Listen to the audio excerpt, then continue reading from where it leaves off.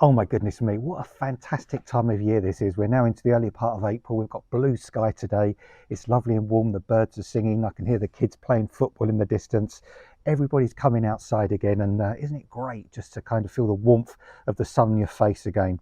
So much to do in the garden as well. We can't discuss it all today because there's just so much to do. But some of the things we have been doing, growing some seeds. We've got some fantastic cosmos here that we started off from seed 2 or 3 weeks ago in the greenhouse. These are looking really fantastic now. We've potted them on, producing a great root system.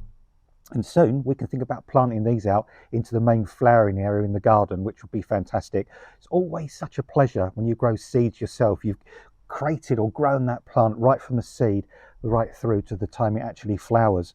Of course, other than seeds, there's also bulbs and corms and tubers that you can plant this time of year. And one thing in particular we absolutely adore and love are begonias, the orange begonias.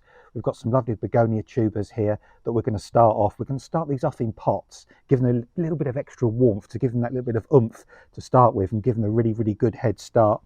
Got some little 9 centimetre pots in, some really good quality compost. And with these, it's just a case of planting them round-sided down. Just press them down into the compost so the surface still just shows. Give them a water, keep them somewhere nice and warm, and within a few weeks they'll start to shoot. And probably by the middle of May, you can plant those outside and enjoy months of colour from those in hanging baskets, for example. Now, I was talking about seeds and planting plants out.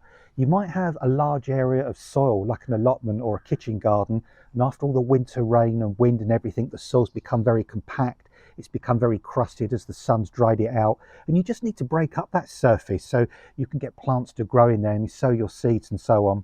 Why not think about using a tiller? There's an amazing range of tillers. You can use large petrol tillers for the bigger areas. Go for a cordless one if you want to as well. Lightweight, easy, simple to use, or a corded one if you prefer.